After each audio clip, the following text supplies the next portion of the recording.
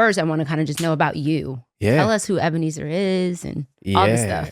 Yeah, Ethiopian American. Hey. Let's go. Second gen in the house. East African. Africa, stand up. Hey. We got a lot of Ethiopians that actually watch in Totality. Really? Yeah. Because I'm East African. I don't care, y'all.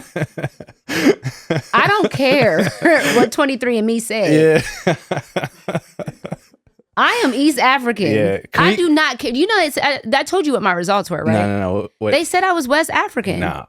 For real? Yes. Can we just claim you right now? You're Ethiopian? We adopt you. You don't understand. When we got our test results back, Jordan and I did this. I'm spitting in this tube. I'm like, East African, East African. I know I'm East African. I know I'm East African. They sent us back the results like it comes in like your email. Yeah. When I tell you, like, there was a grieving. I was grieved.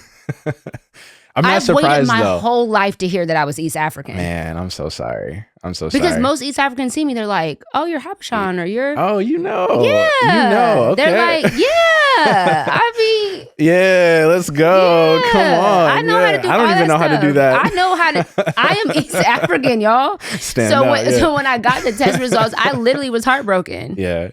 I'm so sorry. Well, let's rewrite that right now. We have to. Forget what... Was it 23andMe? 23andMe, I'm about to sue them. We say you're Ethiopian. I'm Ethiopian. And Ethiopian claims you. Yeah, Okay, yeah. so We love that. That's crazy. When you said Habesha, I was like, oh, she's tapped in for real. For real. I had one of my really good friends back in Ohio. She was Habeshan. And so like I would be around all of her. You know, y'all roll together. Y'all don't have no outside friends. Y'all are I'm like, this is why the real Christianity is in East African. Yeah. The Ethiopian eunuch, he really did y'all a solid because y'all know how to be a community. I'm like, they just stay together. Yeah, we really do. For real. I love that about y'all. Tapped in. Yeah. I was raised not being allowed to hang out with anybody outside of our community. Wow. So I used to hate it, growing up. Wow. Yeah. But you get older and you see some of the benefits of that. For sure. But yeah, no, we roll deep for sure. Yeah, y'all do. For sure. There's actually a lot of Ethiopians here in Atlanta. There are. Yeah. I remember seeing that when we had your live show. Yes, that's right. Yeah. I said, well, dang, this church is big. Yeah. It's actually, yeah. It's actually we have a handful of mega churches across the nation, and one of them is here. That's in Atlanta. crazy. Yeah. Okay, so were you born in Ethiopia? I was born in DC. Okay. Which is basically I'm Ethiopia. American. Yeah. Relax. Yeah. I actually got made fun of my whole life. They're like, they didn't claim me because you weren't born back home. Yeah. But DC, though, houses the most amount of Ethiopians after Ethiopia. Wow. So they say there's close to 1 million Ethiopian Eritreans in the DMV. Wow, that's crazy. Yeah. So born there.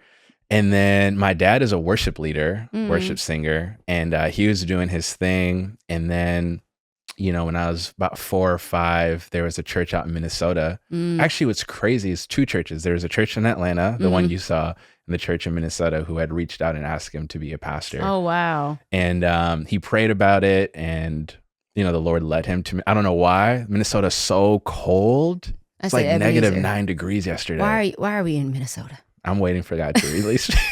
Yeah, it's cold. It's so cold. Yeah. But the Lord led him there. And so at a young age, we moved to Minnesota and grew up a PK. And, I remember my parents had sat me down at a young age and they're just like, hey, your actions will reflect us. And so we need you to be on your best behavior. Wow. And so I remember from a young age feeling like I had to live up to the standard. I couldn't be like the rest of the kids.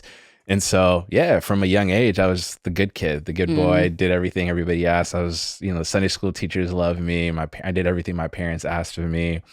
And I actually thought me and God were on good terms because of that. And then I realized later on, God has no grandchildren, right? He only has children. That's good. And when the Lord saved me, I always say my testimony is like, God saved me from self-righteousness. That's my story. I wasn't out in the streets or doing anything crazy, but I really relied on my behavior. I relied on my obedience to be in good standing with God, but I had a heart that was far from him. And so I would do everything my parents would ask, but I had resentment towards them in my heart. And that's what the Lord wanted to get a hold of. That's and so, good. So got older, got saved, and Yeah, I've been rocking with Jesus for a long time. This summer will be 20 years. Wow. Yeah, I got saved at 14. That's awesome. Yeah. That's So, awesome. yeah. And now you're a pastor. Yeah. Pastoring. I just this January celebrated 10 years That's of crazy. pastoral ministry. You're so young. Yeah. I started at 23. I started off as a youth pastor. And that's a story in itself. I always tell people I got tricked into pastoring. That was not on my vision board. That's not Did you something. want to stay a youth pastor? Yeah. Okay. Yeah. Well, once I said yes to the call, because now I'm a church planter and pastoring a congregation, and that's way harder than being a youth pastor. I would much rather hang out with young people, talk about Jesus and all that good stuff. And so seeing my dad as a senior pastor, I know what comes with leadership, and I never wanted to be the number one person. I'm cool being the number 2 and the number 3 guy. I'm very comfortable there. Team. I like to be on a team. Yeah. Being the number 1 guy, you get a lot of hits. Yep. Yeah, you have a lot of responsibility. And so, but yeah, for me, the way I have lived my life is just saying yes every single day to the Lord, being faithful to what he's put in front of me. And then one thing leads to another. And I wake up and I'm like, wow, I'm here. Yeah. Because what was your transition like? Because didn't you was it recently, or when did you make that decision where you're like, I'm going to do everything just ministry? Like I'm not working. That was like not that long ago, right? Yeah, that was 2020. I made that decision in 2023 and stepped into that in 2024. It's a wild story. So I was working at a nonprofit. That's my 9 to 5. And then I'm pastoring. It was by vocational ministry. And I have my podcast, Shaping the Culture. And this April will be 8 years of podcasting. Wow. Crazy. You're long a vet. time. Yeah. You are a vet. This is why I learned from you, because you're a vet. Yeah. And when I started the podcast, we can get into that a little bit. Podcasting wasn't a thing. This wasn't, it wasn't a business. Everybody has a podcast now, but at that time, nobody was really podcasting like that. And so I did it out of just like a love for it. And, it made me happy, things like that. And so, I was pastoring, working the nonprofit and podcasting on the side. And then my job approached me and they were just like, hey, we want you to be a little bit more invested in this. And this is going to take more of your time. And for me, what that meant was I would have to put the podcast to the side and take on less responsibility at the church. And I was like, okay, let me pray about this. I had like a week to make a decision. So this is the week of Thanksgiving back November 2023. And I remember saying, Lord, if you want me to podcast, if you want me to pastor in this capacity, I need you to speak to me.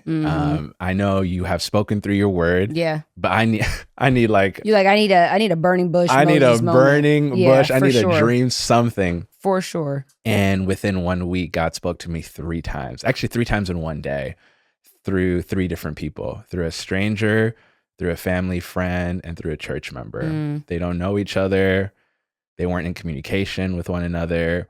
And every single one of them said the same thing. And so I remember, I was like, all right, Thanksgiving Day, me and my family sat together and I was like, I think God's calling me to quit my job. It feels irresponsible. I'm 32 at the time. I don't know I'm going to pay for bills. I don't know how God's going to come through, but I just know January 2024, I got to trust him with the podcast. I got to trust him with the church. Wow. So I made that decision. And January came around and YouTube was like, you can monetize. And then I had Jackie come on. I shared this with Jackie. And that one interview just helped out in so many different ways. Wow, that's awesome. And then it just was like nonstop after that, And so, I look back and I'm like, wow, I haven't been working, or I haven't had a 9 to 5 per se since December of 2023, but the Lord's taking care of my bills. The Lord's, he's been opening some doors. And so I can look back now and say, that was definitely from the Lord. For sure. But in the moment I was like, this is irresponsible. You're like, I have bills. I'm about to go homeless. For sure. Yeah. But the Lord knew what I needed to hear. Yeah. And the Lord knew how to settle me. Yeah. And once he spoke, it was just a matter of obedience after that.